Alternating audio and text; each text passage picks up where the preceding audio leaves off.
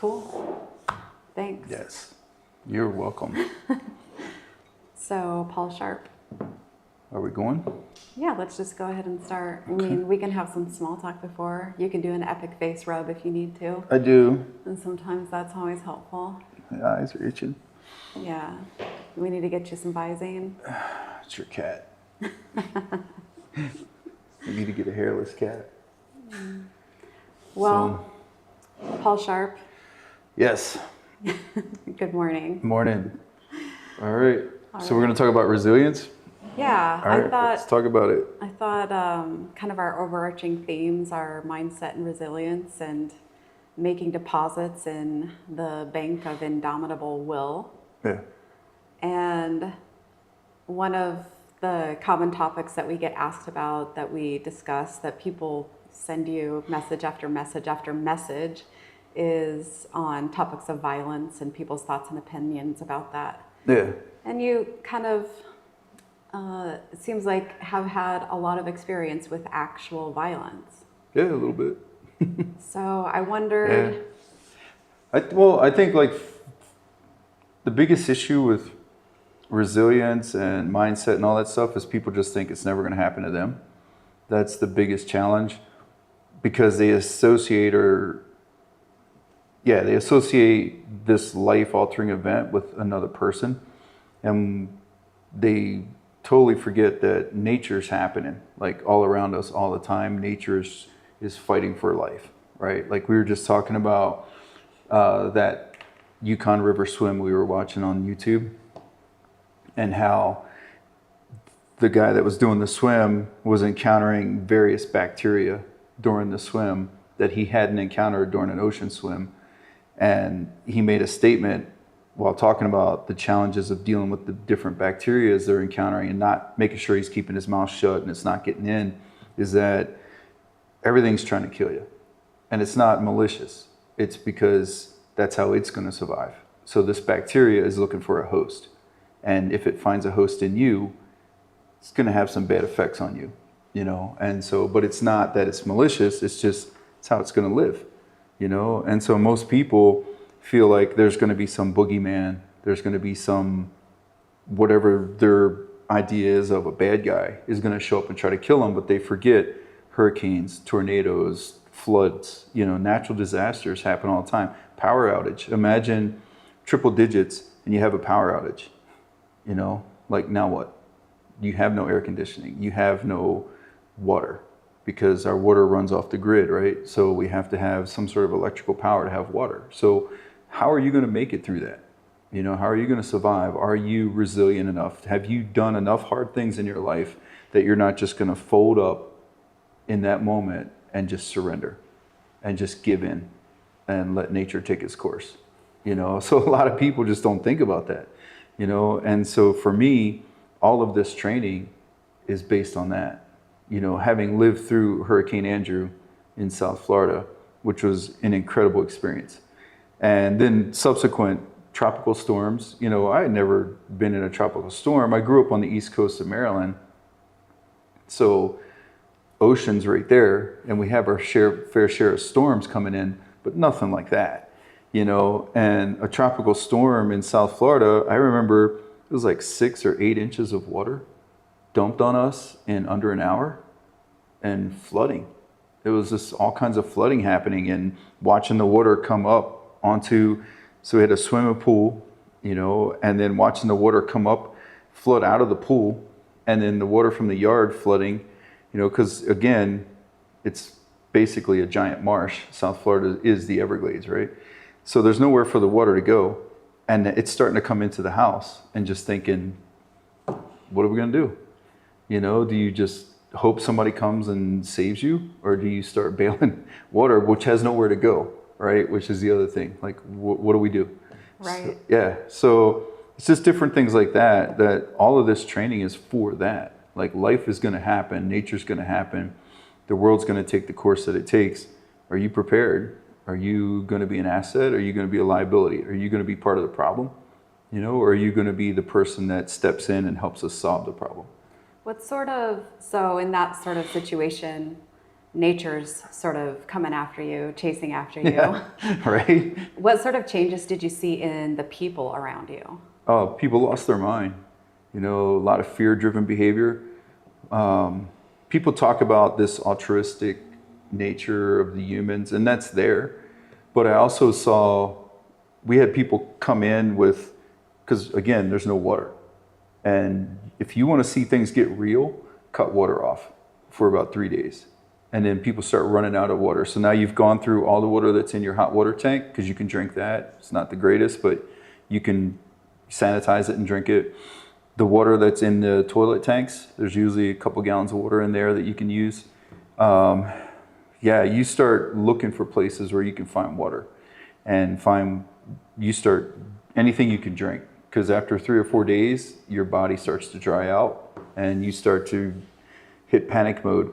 And so people start coming into town from out of town with truckloads of bottled water, and they're selling it. And they're selling it for a lot, you know. And imagine nowadays, you know, most people, back then people carry cash still, but nowadays most people don't carry cash. So maybe they'd have a card swiper, but if the grid's down, you know, so it's a cash society again, right?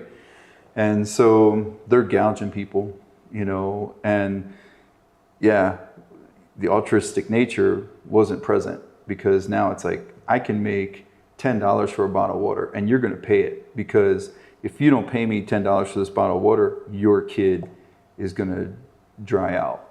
You know, like your kid is paying for this right now. So people start like, I'll pay anything for that bottle of water, including violence. After I watch you buy it and walk away, if I have the means, maybe I can just take it from you and I don't have to pay for it. So you started to see that come up, you know, and you started to see people looting houses, you know, looking for ways to sustain themselves and ways to survive. And also, there were plenty of people that were looting houses that it wasn't about sustainment, it was about taking, right? So violence for the purpose of acquisition. And when the whole grid's down, it makes it easier to do that, because the police aren't coming. The police are trying to figure out how to put their house back together and how to get their own sources of water. The same with the fire department, right? Like there's fires happening, but they're busy.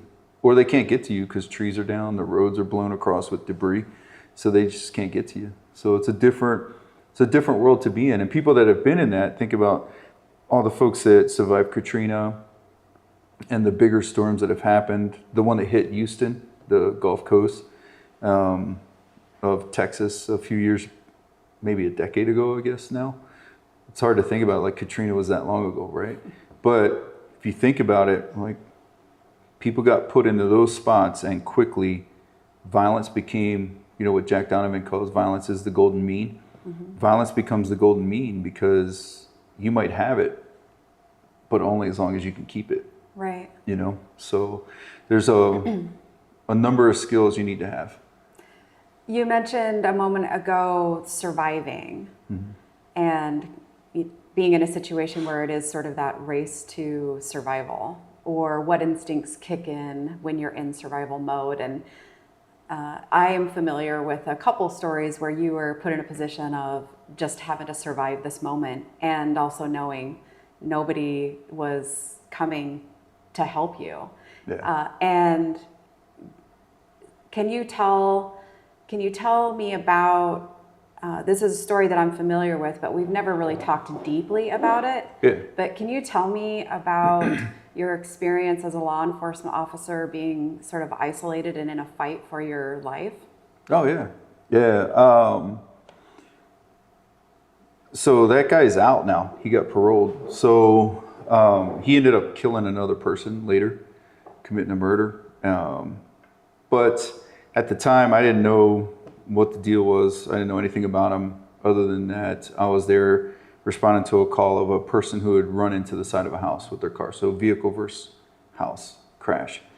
And I got there, and he has now backed his car up across the street, but I think to try to leave the scene. I think he hit the house and then was going to try to run.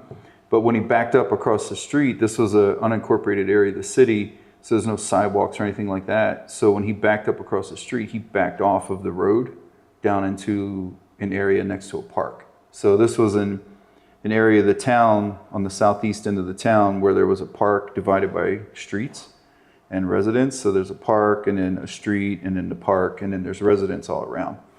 And so he had backed off the roadway into this park and got himself stuck.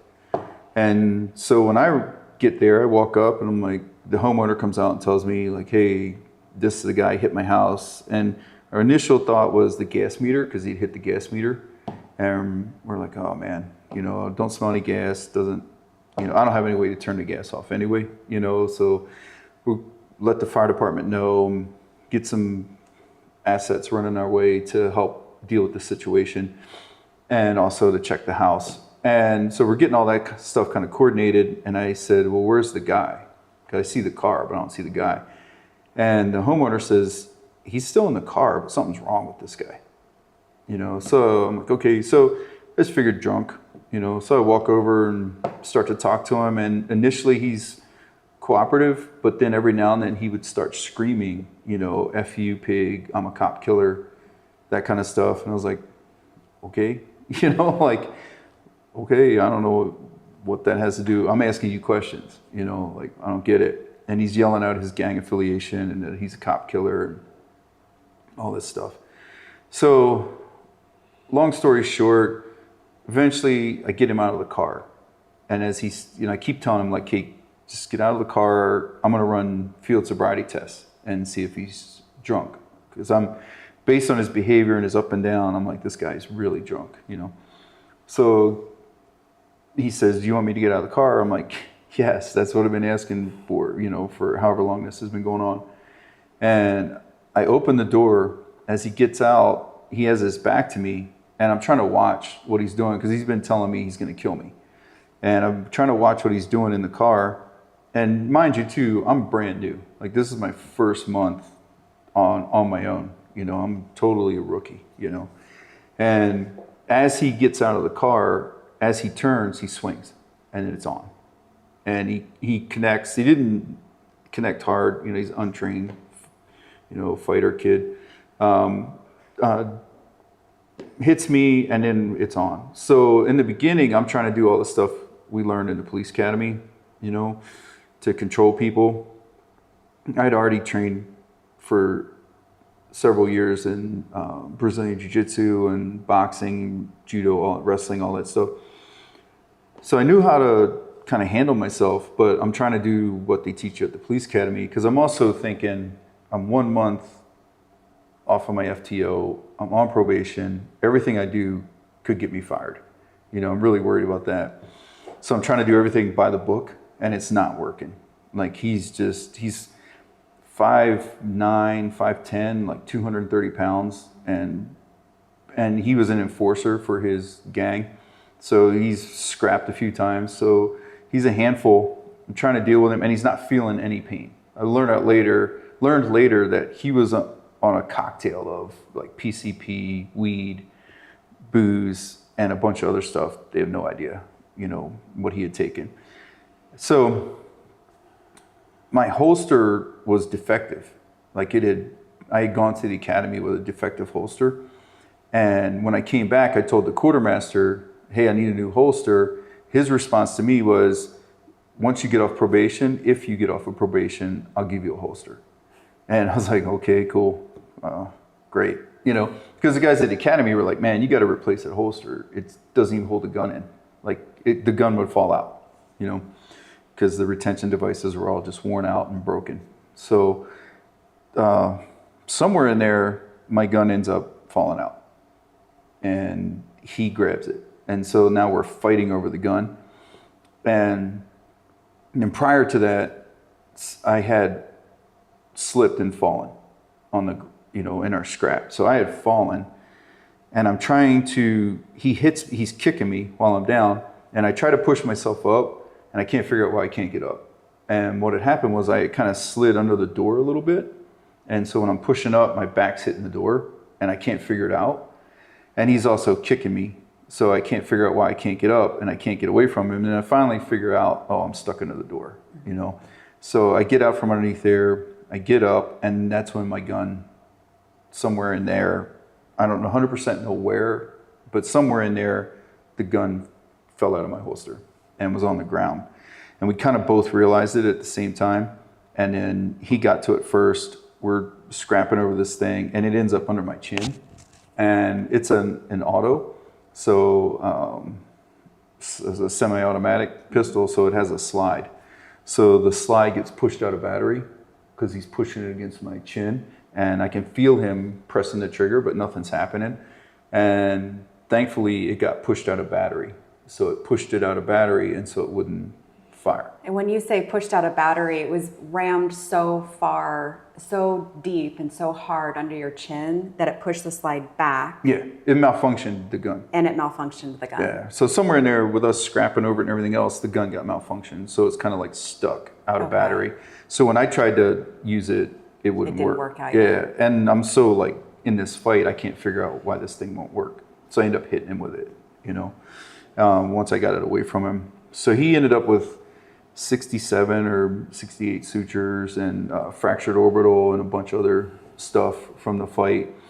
And the funny thing is, at the time, my sergeant, who's an old school sergeant, and all the guys there loved him, loved working for him. They called those of us that worked for him Kelly's Commandos, you know, because we like just anything. If he told us to jump off that ledge, we would, you know, we just had that much trust. And he goes, look,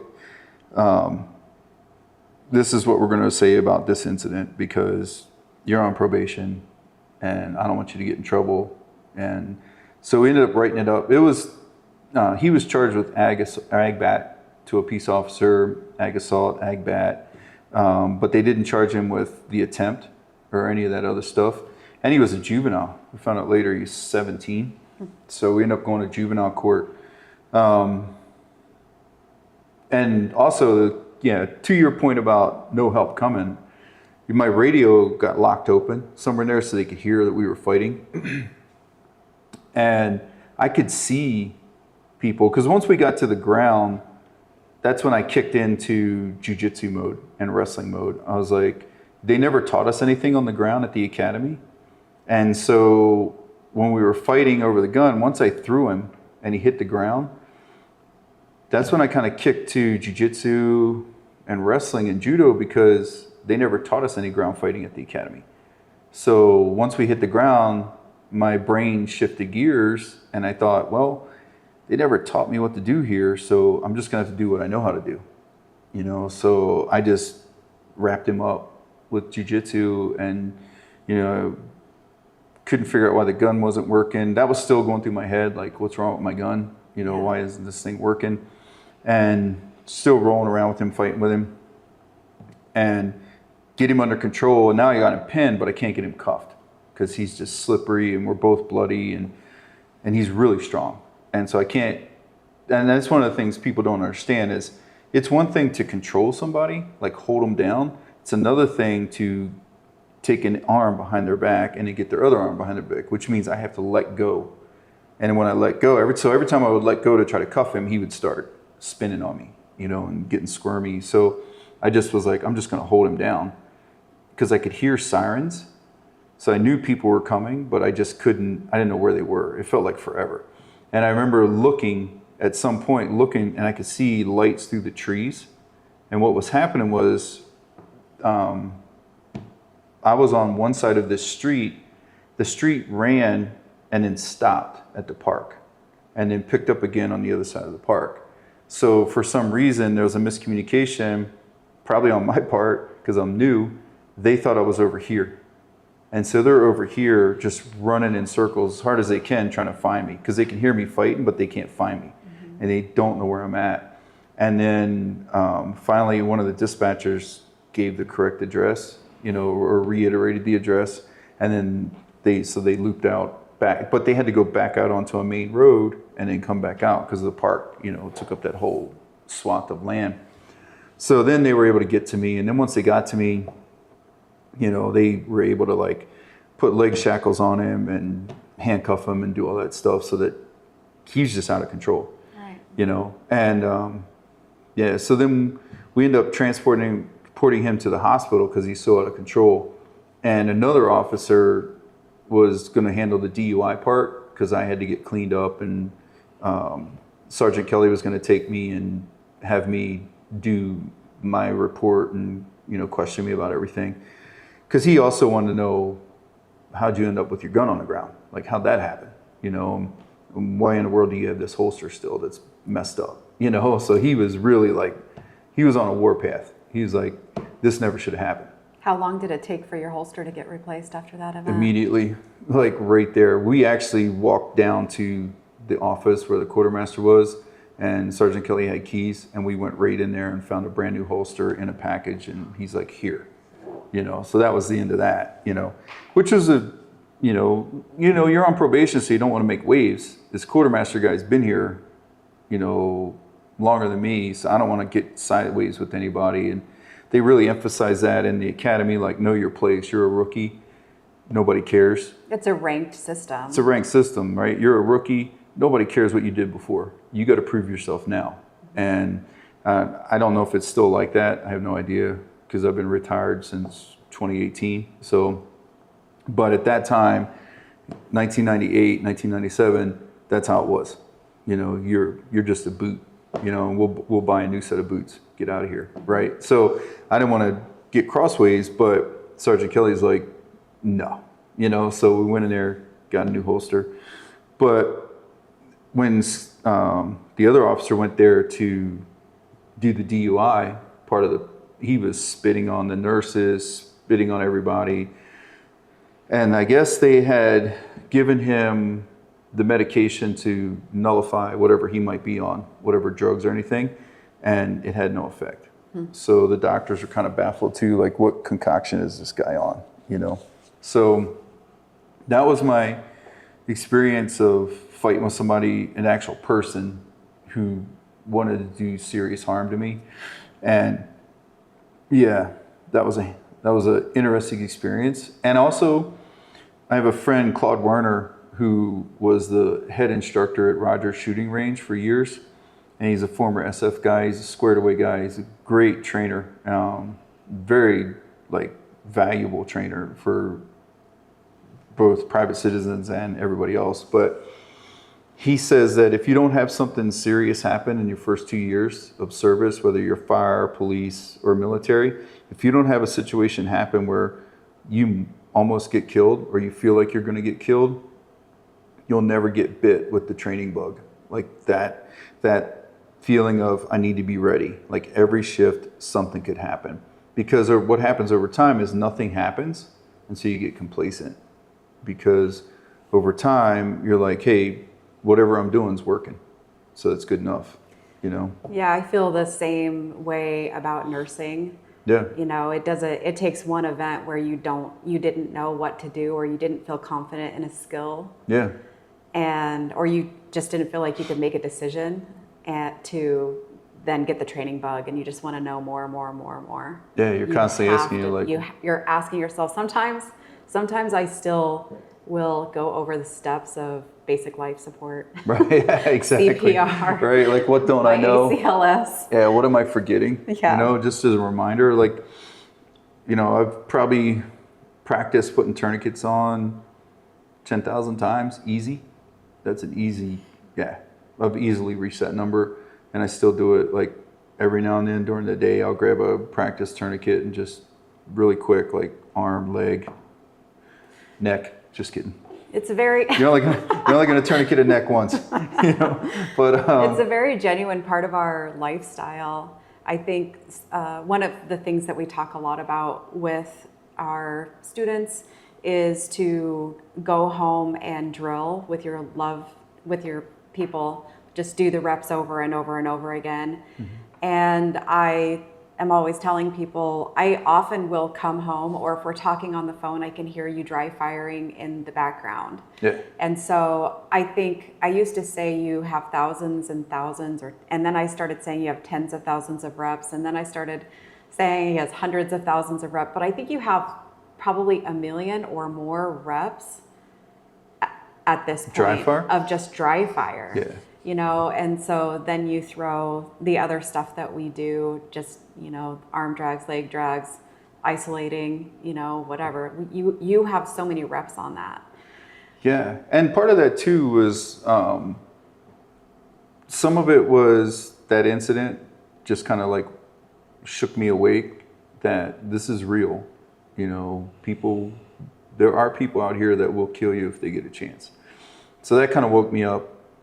And, you know, just being around hurricanes and that kind of stuff also woke me up to, you have to be capable. You have to constantly practice. Like these skills, they don't just stick around. You know, they fall off. And so you have to be current, you know. But then also, when I tried out for the SWAT team, I realized pretty quickly I'm way on the low end of this totem pole. Like these guys are good, you know. So a lot of military dudes. I think that myself and one other guy on the team were not former military. That's it. Everybody else was squared away. And the guy running the team was a military guy. And then the guy who took over after him was a good friend of mine, Jeff Schultz. He was a military dude and very regimented, very like lead from the front. Like he always was, when we would have our qualification shoots or range days. So you don't really have you have qualification in SWAT, but it's different. You have a lot of proficiency shoots. Like you're shooting a lot, and they're creating courses of fire. They're coming up with challenges, and it's always this pecking order. It's always this healthy competition of you want to be in the top 3, if not the number 1. And so, you know, Schultz and the team leaders would always be the top 4, 5 shooters. Like they were always leading from the front. So I came into this culture where it very much was like you are earning your spot. And the team leaders also had a very informal testing process where at any point they could take you out and make you do the physical, take you down to the range, make you do a shoot, you know, so you were constantly being tested and evaluated. And every training day you were being evaluated, whether you know it or not. You know, every day everything's being videoed, they're watching everything. And so for me, coming into that environment where I'm not one of those guys, you know, I was a carpenter, you know, a carpenter and a musician. And coming into that space was so foreign to me. Not competition, like competition, competing for your spot was my whole life, you know, but not in that environment, not with those tools, you know. So I just remember Bruce Gray, one of my first introductions to a high-level competitive shooter, Bruce Gray saying to me, you're going to have to dry fire as much as possible. Just consider this, you are going to have to dry fire 3 or 4 times as much as everybody else, because they already have the skill, they already have the time behind the rifle, they already have time behind the pistol, and you don't. So you are going to have to prove to them that you belong. And so it just became a habit. I would dry fire constantly. You know, I even bought a revolver because it has a really crappy trigger. This revolver, not all revolvers, but this revolver that I bought because it has this really long, hard trigger pull. And it's not something that people do nowadays, but back then, you know, you put a penny on top of the front sight, and this is archaic, like don't do this now, right? It's a waste of time. But I would put a penny on top of the front sight and I would pull the trigger and try not to disturb the gun so that the penny wouldn't fall off when I would pull the trigger. And when the hammer would fall, I would try to hold it steady because the hammer's coming down so hard because it's a revolver that it's going to wiggle the gun and make the penny fall off. So I just developed like this rock solid grip, and I would just do things like that I don't know if it made sense or not, but it was what a instructor told me to do, you know. Same with the rifle, an instructor told me to just do all these reps every day from different positions, do 100 reps from different positions with the rifle, like mounting the rifle, and just do that every day, you know. And this is the only way you're gonna earn your spot and keep it.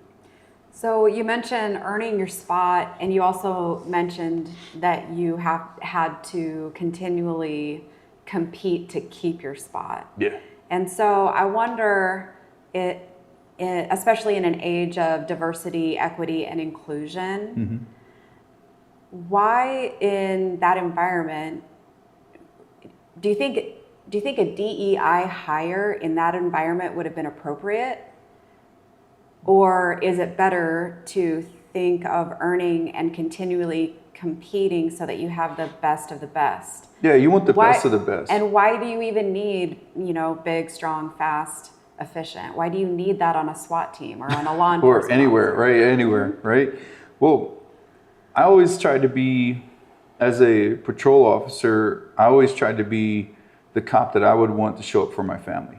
So if my mom or my, my kids, anybody like that, if they ever had to call 911, who would I want to show up, right?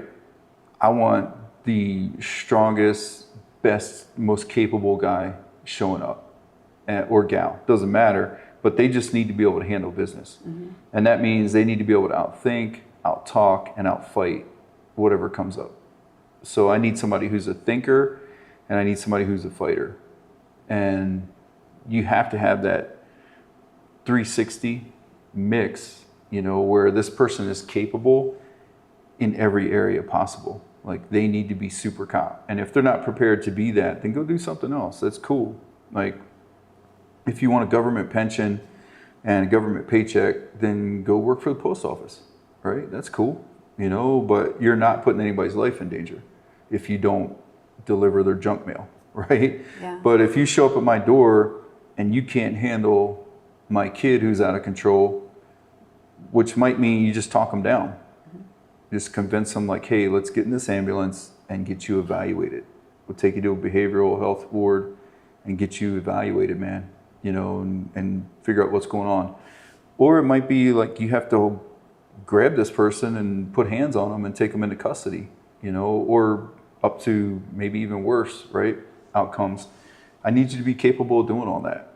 And in my experience, I remember having a conversation with a female officer, and we were talking about another situation that had happened where a female officer had stood by on camera, like this is all on dash cam, and you can see her kind of like behind the car while the male officer is fighting two suspects.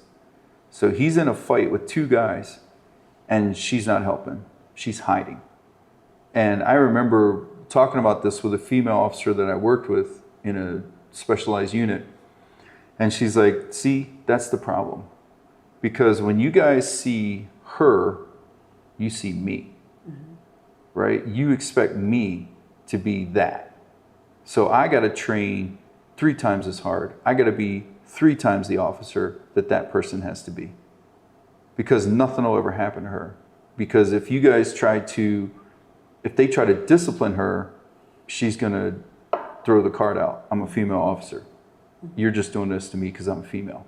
It has nothing to do with the fact that you just watched a male officer get another officer, whether male or female, you just watched another officer get their brain stomped in and did nothing but hide.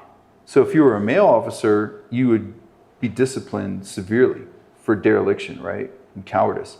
But because you can play this card, nothing's going to happen. And so that caused this female officer that I worked with in this specialized unit.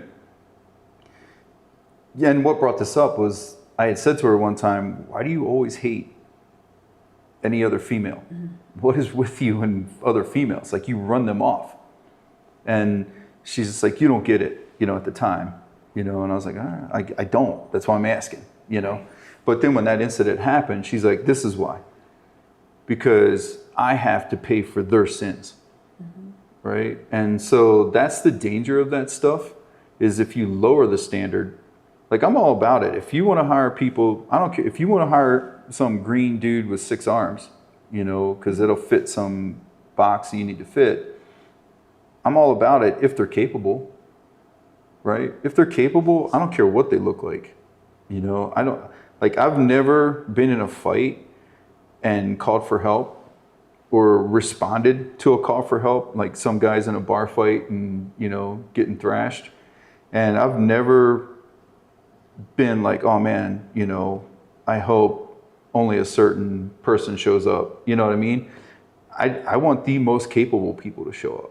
I want people to show up. Like, I'm hoping to hear certain people key up, you know, on the radio, because I know they're going to take care of business. Like, I know they're capable. I know when they roll over here, like, it's on. You know, just like I've been on calls before where I heard a guy call for help and you could tell it was bad, you know, by his tone. Like, you never heard him, you know, break radio etiquette. And you hear him start to get sound amped on the radio and you start rolling, because you know, like, if a guy that capable is calling for help, it's bad, you know? So that's the thing. And then there's other people that you hear them screaming for help and you're like, okay, you know, and then you get over there and it's like, well, what happened? They refuse to get out of the car. Yeah. Okay, bro, that's not life or death. Settle down. Or maybe this isn't for you. Right? Like, if you're going to wig out and point your gun at somebody just because they were like, I don't want to get out of the car.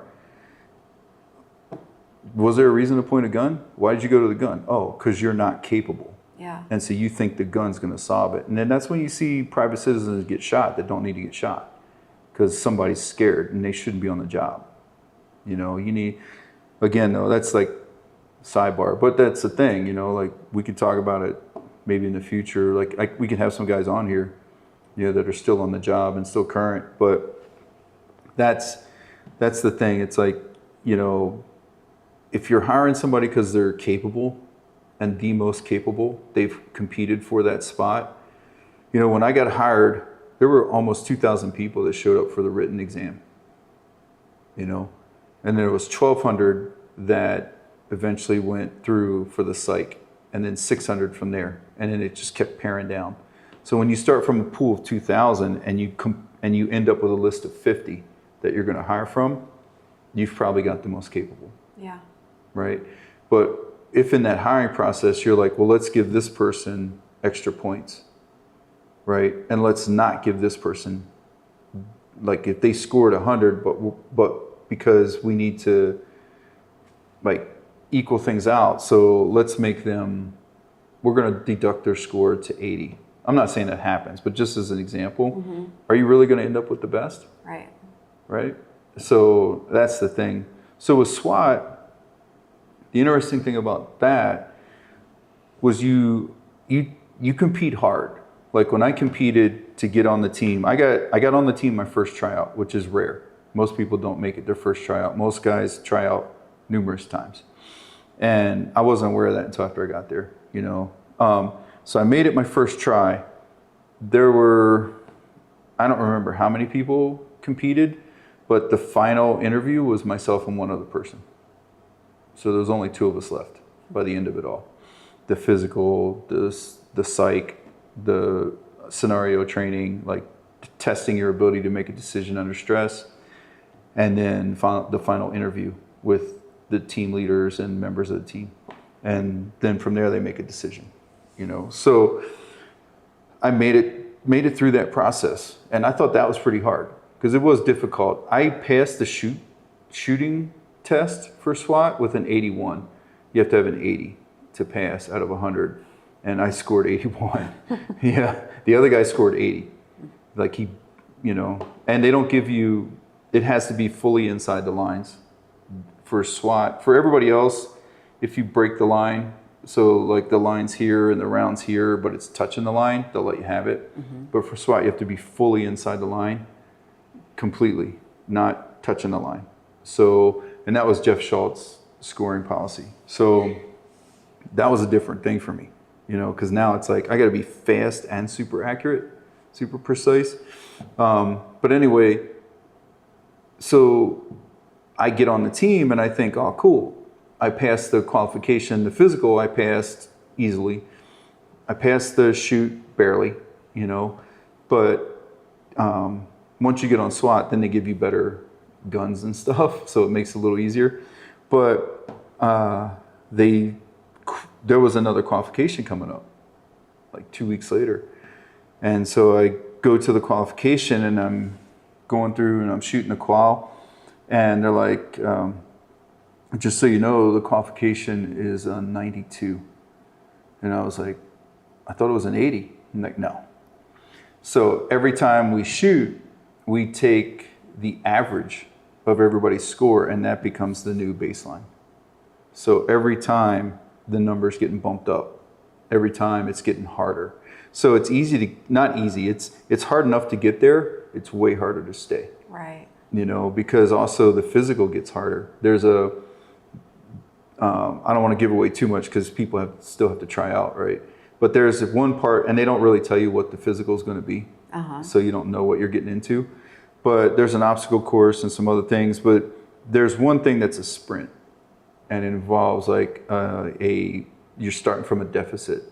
So you have to start from like you're not starting on your feet. So you're starting from a deficit, and you have to sprint 40 yards, and you have 7 seconds to get it done. And you're in gear. So it's not like I'm in running shorts, no shirt, like light as possible with running shoes. I'm in freaking duty gear, you know, and you have to make this happen. Well, once you get to the team, I think when I left, the cutoff was 6'2", because it had been incrementally bumped down each time, right? Because guys are getting faster. And then there was guys that were showing up that had played in the NFL, you know, and so they're just like, they're like rockets blasting through here. But the thing is, you've worked really hard to get here, and you're working harder to stay, and there's an immense pride in that. Yeah. You know, maybe borderline arrogance in that. But also, anybody that's there, regardless of creed, gender, color, doesn't matter. They earned it. They're there, and you know it. You know, and I think there's a value to that that's been lost in our society now, especially, you know, like speaking to the DEI thing, like that's almost a slam on somebody, right? Like that's a DEI hire. DEI hire is almost a slam, because in some quarters it's come to mean, you know, you scored 69 on that test, it's an 80 to pass, but we're going to let you pass. And what that does too is it makes it, for the person who did score above 80, who looks like that person, it makes it harder for this person. Yeah. Right? Because they're just like that woman, right? Who was like, I have to work 3 times as hard now. And I've actually had that conversation with officers that are black. You know, like, well, one of my best friends at the department was a black guy, and we worked together, you know, side by side for years. And he would say that all the time. He's like, I got to work twice as hard because of this guy over here that shouldn't even be here. But he was hired to fill a quota. Meanwhile, I busted my ass to get here. Meaning my friend, right? Yeah. He's like, I busted my ass to get here, but I've always got to do more than everybody else to prove that I earned it. And I'm like, man, that sucks. You know, like, I don't have to do that, you know? But yeah, it just sucks. And so I always try to be conscious of that, you know, not that people earn their spot, man. You know, and I try, and two, I try to be in environments where everybody has earned their spot. So then also it's not something I got to deal with. You know, it's like, I don't have to deal with that. Like everybody that's on the mat with me in jiu-jitsu, I don't care what color they are, they've earned their spot, right? They roll, they train, they push, you know. And also in that environment, we talk the most shit, right? About all those things, the things that are different about each of us, you know. We talk the most crap to each other, like we are an HR nightmare, you know, but we talk. But I never really understood the value of competition or that competitive spirit with your teammates until I started training jiu-jitsu. Yeah. You know that I was never an athlete, and even for the first 6 or 7 years of my jiu-jitsu training, I did not have a competitive spirit in me, which did not serve me well when I actually competed. I was just showing up to this competition thinking, oh, well, this is going to be fun and it's going to be really good for me. It's going to be a good experience. And, you know, but now... And then the desire to win showed up. Yeah, finally, on my last competition, the desire to win showed up. Well, I mean, in your first competition, the desire to win showed up. It was just on the other person's part. Yeah. But then you got to feel it. I love now with my main training partner, Stephanie, there's just something about having a training partner and a friend that you can show up and for an hour in the morning, you are just trying to murder each other. each other. Well, there's the thing about compete together or compete against. Yeah. Right. Yes. And so, and that's what I was going to say, is just that natural progression. The harder she trains and the harder she's trying to work to get me, the harder I'm training, the harder I'm trying to work to get her.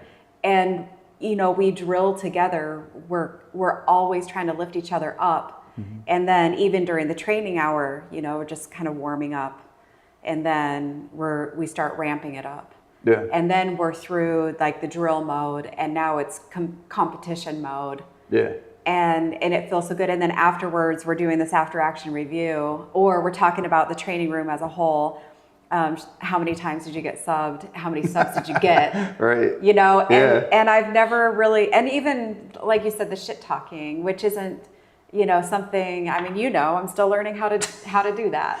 We've got you to like a high school level. I'm doing better. We need to get you to like collegiate level. Yeah, we'll get you there. We'll get your PhD. I'm doing better, but that does, it builds the team. Yeah. And it forms the bonds, and it makes you better able to see in the environment around you who people are faster, I feel like. Yeah. You know, and so it's just continued to develop me and help me grow as a person. And that's, I mean, it's just why Jiu-Jitsu has been so profound to me, and why my relationship with you has been such a profoundly beneficial for my personal growth, and why I'm so grateful for you as my coach and my husband and everything else. Yeah, there's just something about being in that environment where you can just rip on each other and just have fun. And have fun. Just roll and compete and push each other super hard. You know, that's kind of the environment you have when you're in a SWAT environment, you know, and you know, from talking to Z and the different guys and, you know, those units in the military, it's like, it's the same everywhere. You know, it's just, that's how it goes. When you're in an environment where you are competing as hard as possible to prove, one, that you should be there, and two, to stay there. Because there's always somebody that wants your spot, you know. And I don't mean to interrupt you, but yesterday we were talking about survive and thrive. Yeah. And I think that is the thriving aspect of training, you know, where you're working really hard, you're having a ton of fun and forming these amazing bonds and really thriving in that environment and that adversity. Yeah, I mean, that's Aristotle's concept, right, of eudaimonia, right, which is happiness found through pursuit of something really difficult. Like, I'm going to do something that's so hard I probably can't do it, and then if I do it though, it's going to be incredible. But also just the striving to reach that goal, the drive to do this thing that I don't know if I can do it or not, should just fill your heart. Like, you should just be like, this is where I'm supposed to be. Like, I am pushing myself so hard, I'm driving so hard to do this, and I don't know if I can do it, whether it's business, you know, whatever it is, you know, like, go out for a run, go, you know, Andy Stumpf and I have talked about it a bunch of times. If you wanted to teach a mindset class to a bunch of cops or anybody, I would have them show up and then take them for a marathon run. We're going to run a marathon right now. We're going to walk outside and run a marathon. You're not allowed to quit. Like, I will not let you quit. Like, you're not allowed to quit. We're going to run a marathon, 26.2. Maybe you've done it before, maybe you haven't. But I guarantee if you've ever done it, you've done it with prep. No prep. We're just going to run, right? And in the act of striving to do this thing, you know, that's where you find all the joy, you know, and that's what that's all about. That's happiness through pursuit, right? We experienced that when you sent me a text and said, I just registered us for the Bogus Basin. The Bogus Basin half, and I was like, when is it? This weekend? This weekend. I was like, great. Except that the photos that were captured of us, we are both laughing. Yeah. And it's at the end of the race. And also, it's the first time you ever ran the full half. right? No, I did. Yes, it is the first time I ran a full half, and I Yeah. did it untrained. The other half I did You trained for, was a walking half, and I trained for it. and you walked it. You didn't run it. No. Right. So yeah, there it is, right? Mindset, you know, and also just that pursuit of finding the joy in that pursuit of something you probably can't do, Yeah. but you end up doing it, right? And so that's what it's all about. That's the thriving, you know, in the middle of that survival situation. You know, it's like, how do you rise above, right? You got to put yourself in a situation where you can. Most people never do, Yeah, and that's too bad. it is. Yeah, I think, you know, back to what we started off talking about with like natural disasters and things like that, like those things are coming for you, whether you want it or not. You know, I mean, how many, like, it's only a recent phenomenon that women don't die in childbirth. Right, Like, it's not a frequent thing. right. You know, in our recent history, though, if you heard that a woman died in childbirth, you'd be like, oh man, you know, another one, right? Like, that's just how it goes. You know, that's the risk, right? But thankfully, we've got medical advancements and all these other things, and a lot of that stuff just doesn't have, I don't even know what the numbers are on deaths during childbirth anymore. But it's also not something you even hear talked about, you know? And so you can go through this near-death experience of childbirth, you know, and other things like that. But for most people, though, like, how are you ever going to experience that? How are you ever going to get yourself put in a situation where, I don't know if I want to make it out of this, Yeah. you know? And it's like, so then how do you do it? I had a manager when I was arranging my leave and talking about a training that I was going to. It was Nashville. It was S12. It's where I got my TCCC certification. And she said, remind me again why you do all these things. And it was in a very, very patronizing way, very critical, Right. and patronizing way. But that's why. It's not because I walk around paranoid that I'm going to be attacked or anything like that. It is because you stumble upon car accidents, or I work in a hospital. Yeah. And I'm exposed to levels of violence or opportunities for levels of violence often. But I also have to be able to kneel on the floor for who knows how long, either like doing some sort of assessment, or, I mean, I have to be prepared to kneel, lift, move, manage anything. And so you have to keep yourself in shape for those sorts of things. Yeah, you got to be capable. You have to be capable. You have to be prepared. And so I think, I don't know, these things are important. They don't come out of paranoia. They come out of preparedness. And doing the types of training that I have over the last 4 years has been the most fun I've ever had. Yeah. So. And think of, like, speaking of S12, right? Mickey driving home, from my gym in Illinois, and comes upon a vehicle crash with entrapment, vehicle fire with entrapment. The woman's stuck inside the car. All these people are standing around going, what are we going to do? A couple guys tried hitting the window and nothing happened. And then they're just standing around watching this woman potentially burn to death. And Mickey shows up and gets her out of the car. He has the tools and the ability to get her out of the car and get her to safety, and saves her life. That stuff happens all the time. Mm-hmm. That time we were driving home and that accident happened like right in front of us. Yeah. We were able to help these people until fire got there. The fire and the police, it took them how long? 12 minutes? Yeah. Because they went the wrong way on the connector, which happens, not slamming on them, but that kind of stuff happens. You get, So just real quick on that point, sometimes people will call, and the people that call in their location give you the wrong location. Or they don't know north from south, east from west. And so they give some information to dispatch, and the comm ops give that information. And so then there's a little bit of like, where are they? That happens, in the response time. So that, that just happens, man. So, but again, we were there, we were able to help. We were able to stabilize the situation, get everybody to safety, with the help of another person who stopped, get people to like go around, you know, because we are on an overpass. We are on the interstate. So Yeah. there's traffic, there was a dog. Yeah, there was a There were dog. 2 little kids, there's this distraught mom. Yeah, and there's people coming, and it's on a curve, so they're not seeing us till they get to it. So they are on us, you know, and so it's like a blind curve. So having the ability to handle that situation and having stress inoculation, you know, putting ourselves in situations where we are stressed, you know, so we get used to it. Kind of that Hans Selye's concept of a little bit of poison over time makes it so you can't be poisoned. You know, you get inoculated.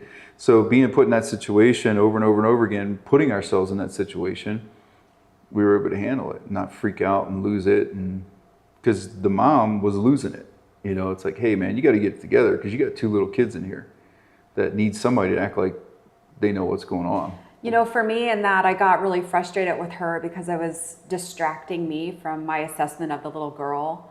And, but it was when we did our after action review, because that's just part of our relationship culture. Right. When we did our after action review, you were explaining to me what happens in a situation like that. Because she was on, I realized later, she was on rewind. She kept replaying. She kept going through that incident, like what happened? How did that happen? You know, the tire just came off. The tire just came off. Like, yeah, we know. But she just kept playing it over and over again. She's stuck in that loop. And unless you can get them out of that loop. And I didn't know how to break the loop. Yeah. I didn't understand how to break the loop. Yeah. So you just have to sometimes like raise the volume of your voice and snap them out of it. You know, like a verbal slap, you know, just like check them. You know, rock them awake, and they'll go back. Yeah. But you just get them out of it long enough to, like, who else is in the car? Was there anybody else in the car? Did somebody get thrown over the side? You know what I mean? Just the windows were broken and all that good stuff. Yeah. So trying to assess it. But Well, do you want to leave our viewers with a parting thoughts, and then what do you want to talk about next time? I think do hard stuff. Like, again, you know, we talked about reference Hans Selye a little bit, but that's the thing, the stress inoculation and his experiment. If you haven't read about it, people should read about it. He basically gave rats a little bit of poison each day over an extended period of time, and eventually they were unable to be poisoned. You know, they reached a point where they had acclimated to the poison and it couldn't kill them. So if you want to find out how to make yourself unkillable, indomitable, right? If you want to figure out how to make yourself this kind of juggernaut that can sustain or withstand anything, you're going to have to put yourself in those situations. And I don't mean you got to go out and find, you know, some gangbangers and start a gunfight, you know, or anything silly like that. But go run a half marathon on short notice. You know, sign up and go do it. Go do Jiu-Jitsu every day and don't let yourself quit. Make a challenge with yourself. I'm going to run, it could be even something simple. You know, I'm going to run a 5K every day for the next 30 days, which on the surface seems easy until you start doing it. Right? And then life gets in the way and it's like, well, am I going to do this or not? You know, I had a hard day, I had a long day, didn't get my run in, something happened, got knocked off track. I still got to run a 5K. It's 11 at night, but I got to get up at 5 in the morning. Go run your 5K. You know, so just things like that where you force yourself into discomfort and keep yourself there and don't let yourself out. Like, do that. Become unkillable by little doses every day of the things that could kill you or would want to kill you, right? So that's what I would say. Find ways to thrive in that. Very good. Yeah. Well, thank you. Thank you.